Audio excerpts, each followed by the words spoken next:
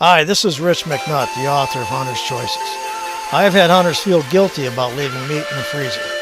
Personally, I do not understand the hows involved in a printed recipe. I needed to be shown how to cook. So this cooking series really is for me. I have discovered that after I try a recipe several times, it turned out much better. Hunt smart by choice and good cooking.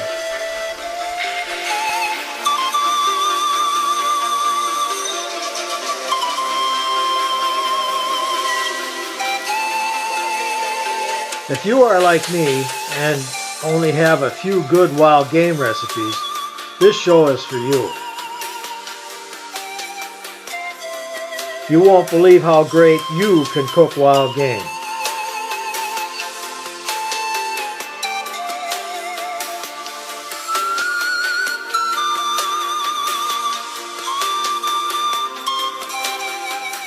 Hi, I'm Rich from the Wild Things Show, Cooking Wild Game. And with me is Lawrence from the Mountain Man Gourmet. All right, howdy folks. Glad to see you here. And you can go online to get his spices, and while you're online you can watch the rest of our cook shows. So. All right, yep, he's got over 100 of them, so go watch them all. All right, so what do we have here? Besides the chops, we're going to do a side dish. What kind of side dish do we have? Okay, so here's what we're going to do. We've got our beautiful, beautiful chops right here, and look how lean they are. They're butterflied, and they're just ready to have some nice flavor added to them. And we're going to be using our cumin red chili dry rub. Okay. And this can be used if you want to. You can put it on overnight, or you can put it on 30 minutes ahead of time. You can put it on right as you're about to cook. It doesn't really matter. So this is the package as it comes in. This is packaged for mail order, correct? Yes, this is the package it comes in, and this one package right here will season about 8 to 10 pounds of meat. Wow. Yeah. Now, as we're going to have two side dishes also, as you just mentioned. One of them is we're going to have some yams. Yummy. And one of the things that I learned to make was sweet potatoes with cinnamon flavoring. And it just, oh man, it really, really is great. And we're going to roast these in the oven. Really easy way to cook them. So I'm going to show you that in just a minute. So, are we ready to get started? I think we're ready to get started. I'm going to get out of the way. This sounds pretty good.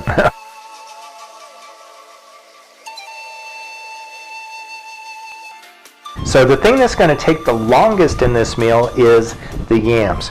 So we're going to start with those, and what I'm going to do is cut off just each end like that, and then I'm going to make little about ½ inch thick slices here. So if you can see that, what I'm doing is making little, almost like coins, okay? So they're a little thicker than a coin, right? But little coin shapes. Now, if you want to peel them, feel free, but especially in this recipe, I don't like to peel them because the peel is going to act kind of as a little holder, and it's going to hold the yam together so it doesn't get all mushy. All right, that's great. So I'm going to put them in this pan right here, but before I do that, I want to put some oil in the pan. So I'm just using some light olive oil here, extra virgin olive oil, just using a little bit of that, but I'm also going to add a little bit of butter, and this has got one of the magic tricks that gives a really great flavor to this. So I'm not using a lot. Now what I'm going to do here is put these in the oven, which I've preheated to 350 degrees. And you might be asking, well, wait a minute, Lawrence, where's the yams, right? Well, they're not on there yet, and there's a reason. So what the reason is, I'm letting the butter melt and spread all over the pan. That way I'm going to put the yams in there, and they'll all have a nice even coating of the butter and the oil.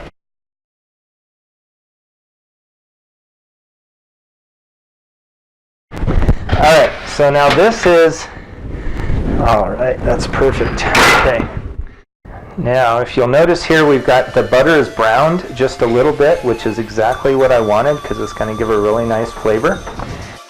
What we're going to do now is just set this down. Make sure you put it on a heat-resistant surface like the one we have here on this countertop, which is great. Now what I'm going to do is I'm going to sprinkle a little bit of cinnamon sugar here. And this is actually a Mountain Man Gourmet product. It doesn't have the label on it because this is just one I use at home. And we actually sell this as a coffee flavoring.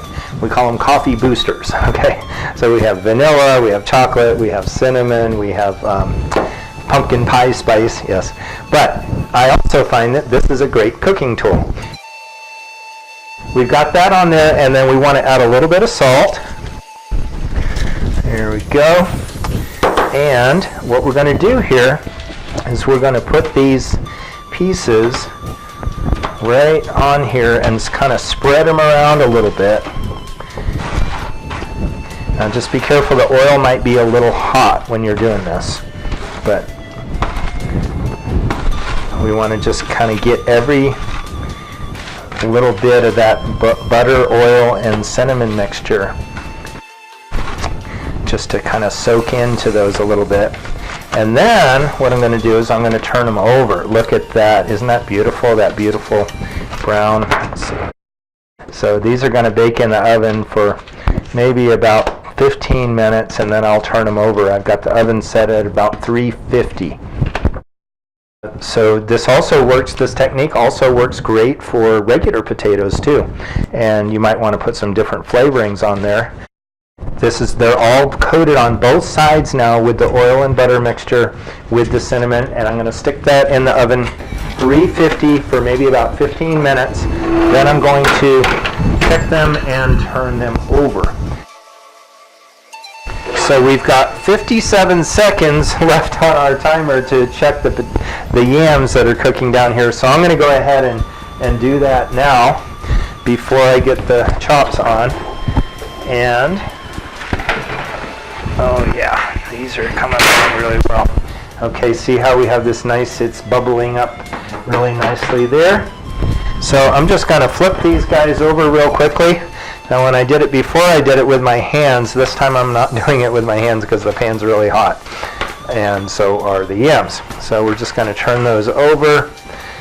So remember, our veggies are already cooked now. They can sit as long as you want. But before I cook my meat, I want to make sure that these are going to be done. So what I'm actually going to do here is I'm going to turn that pan off just for a minute. Remember, the veggies are already cooked, but we want the potatoes and the meat to be done at the same time. So we're just going to wait just a few more minutes here before we get the chops on.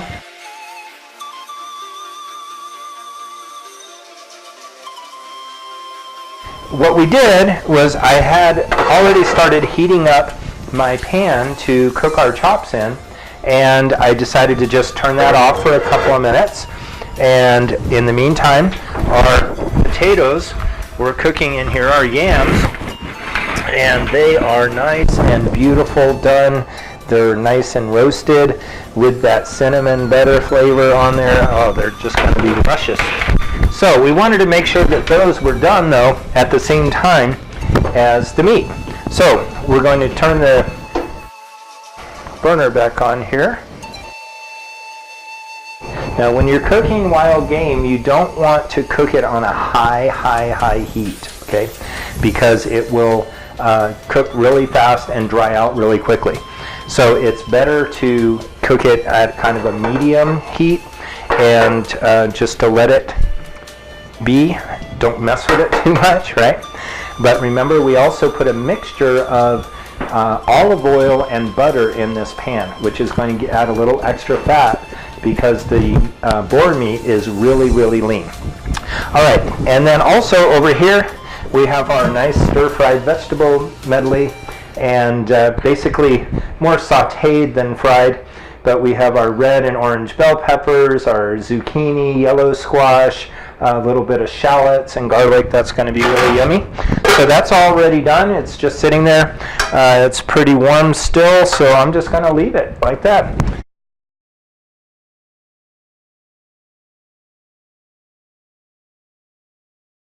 Alrighty, so we've got our wild boar here, and we've got it all plated up, and we're going to ask Rich to come back in and see what he thinks. So come on over, Rich. This is going to be wonderful. Alrighty. All right, so now this is red chili boar chops. Yep, it's with the Mountain Man Gourmet cumin red chili dry rub. That's how we seasoned it. So let's see how that worked out. Oh wow, that's a good sign. Very nice Southwest recipe. It's almost worth moving out here. Oh yeah. Now we have some big veggies here. Big crunchy pieces. So kind of al dente where you can actually bite into it. So like that, and you know you're eating something substantial. So they're cooked, but they're not mushy. And you can taste the individual flavor of each piece that way. So what seasoning do we have on the vegetable medley? The veggies have no seasoning, actually. The veggies have so much flavor, and again, each one has a different type of flavor. So you have the sweetness from the orange and the red the orange and the red bell pepper. You have the crunchiness from the zucchini. The squash, it might look like similar to a zucchini, except it's yellow, but it'll be a little softer. And then it has a little tiny bit of shallots and garlic and salt, and that's it. So it's almost naked vegetables. Almost naked, yep. And then the medallion is actually It's a yam. a yam. And it's reminiscent. This isn't exactly how I had them, but it's kind of a recipe that I developed after several years of living in the deep south, and they have a nice cinnamon and butter flavoring, and they were roasted in the oven, and It's almost as good as dessert. That's really nice. So I'm Rich from the Wild Things Show, Cooking Wild Game. This is Lawrence, from the Mountain Man Gourmet, all right. and we have red chili boar chops, almost naked vegetables, and sweet potatoes, yams. There we go.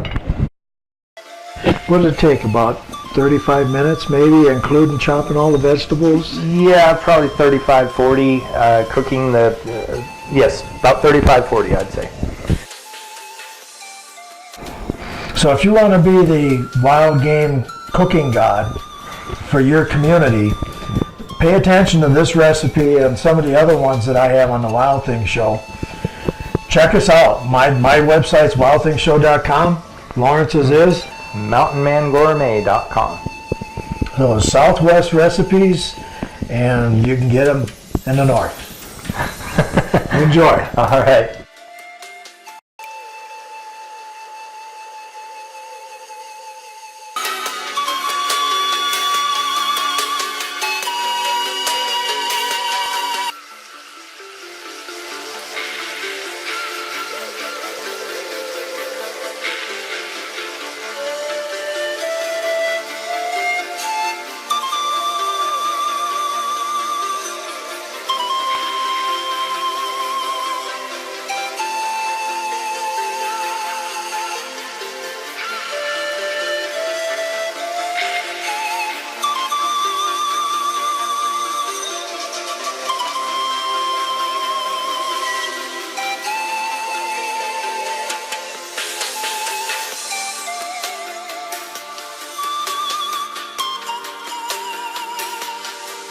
For $6, get the best online wild game cooking show you will ever find.